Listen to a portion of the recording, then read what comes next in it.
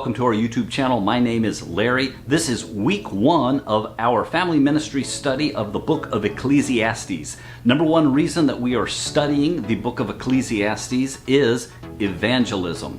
But it also relates to our families because essentially we're looking at the wisdom of Solomon and we're using Proverbs in our children's ministry. So as we study Ecclesiastes and we talk about Solomon, our children are learning a lot about life through the book of Proverbs. It's going to be a lot of fun. Like I said, this is week 1, and essentially everything that we talk about on a Sunday morning will be in this teaching the following week. But this teaching is a little bit more expansive because on Sunday mornings we're more discussion-led. So sometimes those discussions are a little bit shorter or a little bit different than some of the content that I pulled together here. So these videos are very much a Bible study that is related to what we are doing at 10 o'clock every Sunday morning in our family ministry. We're studying Ecclesiastes because I think it's a great book. It's a great tool for evangelism. Mark Driscoll says that Ecclesiastes is one of those books that you can't just jump into and assume that you'll get it or assume that you'll understand everything that's happening or even the context for the most part, because Solomon, the author of the book of Ecclesiastes, wrote other books. He actually wrote Song of Solomon and a lot of the Proverbs that we read and are studying with our kids. So there are also backstories in books of Kings and Chronicles that talk about Solomon, and Jesus in the New Testament actually references Solomon and his wisdom and things of that nature. So there is a lot of historical value to studying the book of Ecclesiastes. But it's 1,000 years before Jesus was even born. So from our point of view, it's 3,000-year-old wisdom. So this is wisdom that predates a lot of the Greek philosophers like Plato and Aristotle and guys like that. So in that regard, I think that the Hebrews and the nation of Israel, they had some wisdom, so to speak, that we can learn a lot from, and all of it is the questions that people are asking. So if I had to pick a real favorite reason to study the book of Ecclesiastes, it's simply this. The hard questions, why do bad things happen to good people? Why doesn't life seem fair? Stuff like that. Those questions, the pots and pans and nuts and bolts of life, those are all in the book of Ecclesiastes. So it's an incredibly powerful book to look at, and Solomon's life in particular is a great life to study. After all, he was a king in the Old Testament. He ruled for like 40 years. His parental history was interesting. His son also became a king. Interesting as well. So very, very fascinating. We're looking forward to this study. Essentially, Ecclesiastes falls into what we refer to as wisdom literature. Like the book of Job is wisdom literature, and most of the Proverbs are considered wisdom literature. So this is a book that we read to learn about life. And the title for the book of Ecclesiastes actually comes from the Hebrew word Koheleth.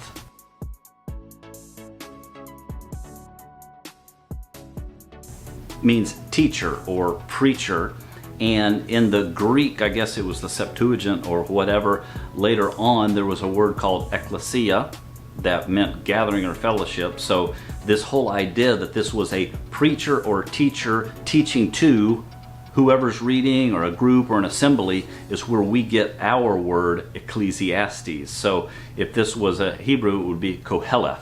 But essentially, the whole idea here is that this is somebody that, in my opinion, is later in life that wrote this book. And I get that for several reasons, and we'll talk about that as we go throughout the study. But I think he looks back at life, sees what he's done, what he's discovered, and he's writing down this wisdom for whoever is behind him reading, the next generation, maybe his sons, because he had a intricate life, let's just put it that way.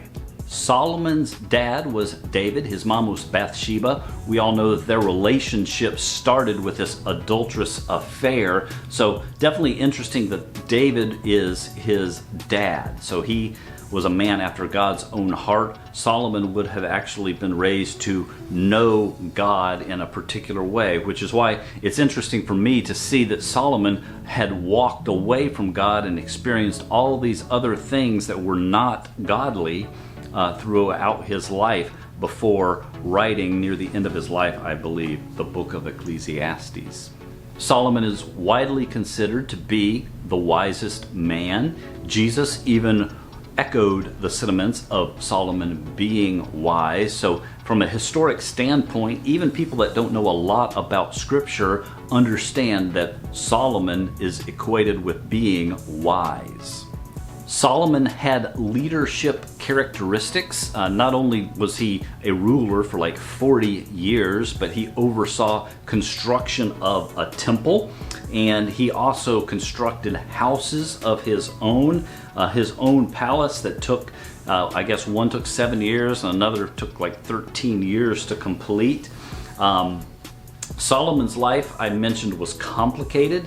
And what I mean by complicated is he had like 700 wives and 300 or so concubines. So this is a lot of relationships with females, which is just, in my opinion, unprecedented and obviously unnecessary. But interesting that was Solomon's life. As much as Solomon was wise, he was also incredibly wealthy. And we look in other spots in the Old Testament and we see how wealthy Solomon was. He had a ton of people working for him. He had a lot of mouths to feed in the kingdom. Incredibly wealthy guy. Mark Driscoll says that if you took, all the super wealthy people that you can think of, like Bill Gates, and then you take all the crazy people that you could put in, like Hugh Hefner and Stephen Hawking and all these guys together, and morph them all into one person, and that one person was simultaneously the Pope and the President at the same time, that might be Solomon. First question that comes to my mind is, why did Mark Driscoll pick the title Meaningless Life for his study of the book of Ecclesiastes? Well, it's because the Hebrew word hebel appears 37 or 38 times in just these 12 chapters. The book opens up with this word, it closes with this word, and this word is interesting because depending on the English translation that you read, it's translated different ways. Meaningless, vanity, emptiness. It's like a mist, a vapor. It's a very ambiguous word. It's a very hard word to translate into English. So if you look at all the different translations of this Hebrew thought or this Hebrew idea, it really helps you understand that life is complicated. But I think the beautiful thing about Ecclesiastes is, even though life is complicated, it's only complicated if the perspective is wrong. And one of the key things that we have to pick up on in the book of Ecclesiastes is this phrase that's repeated more than once, and that's this idea of under the sun. Even though the word vanity or meaningless appears a ton of times in the book of Ecclesiastes, the idea or the concept of under the sun also appears like 29 times. So it's something we're not intended to miss. That apparently there is a perspective that is separate from another perspective. The easiest way to think about it is this. Under the sun refers of everything on earth separate from God, devoid of God, with God totally not in the picture. Which means the opposite of that is a life with God. So the meaningless life that he's talking about is a life separated from God or devoid of God. We could probably cap the study right there. This could have been a one-chapter book with ultimately a very simple concept or a very simple idea, but Solomon takes 12 chapters to expound on this, because I think what he did was he saw his life as an experiment. because he had the means to experiment. He had the ways to experiment. He had the money, he had the influence, he had everything he needed to do to fully experience and experiment with life. And what he found was truth and wisdom that we can use today to talk to people about Jesus. This is 2020. And a lot of times we go through life and we have this idea that books get old, that information gets outdated. But when we look at the book of Ecclesiastes and we really read it, we quickly understand that there's nothing in here that is outdated. This is fresh, this is relevant, this is current, even though it's 3,000 years old. How's that possible? Well, because this is an eternal book. The stuff that Solomon wrote about is real life stuff that people felt, people feel, that people experienced, that he experienced. And because things technically don't really change, we feel the same way today that he felt 3,000 years ago. I've talked to some people that think Ecclesiastes is a dark book or a depressing book. One of the verses in Ecclesiastes that we'll get to says, "So I hated life." And this sentiment is not necessarily the tone that I take from the book of Ecclesiastes. I don't see it as a dark book. I see it as a book that is full of ultimate hope and points us to Jesus. Now, obviously, since this book was written before Jesus was born, and it's not necessarily a prophetic book, Jesus isn't in the book.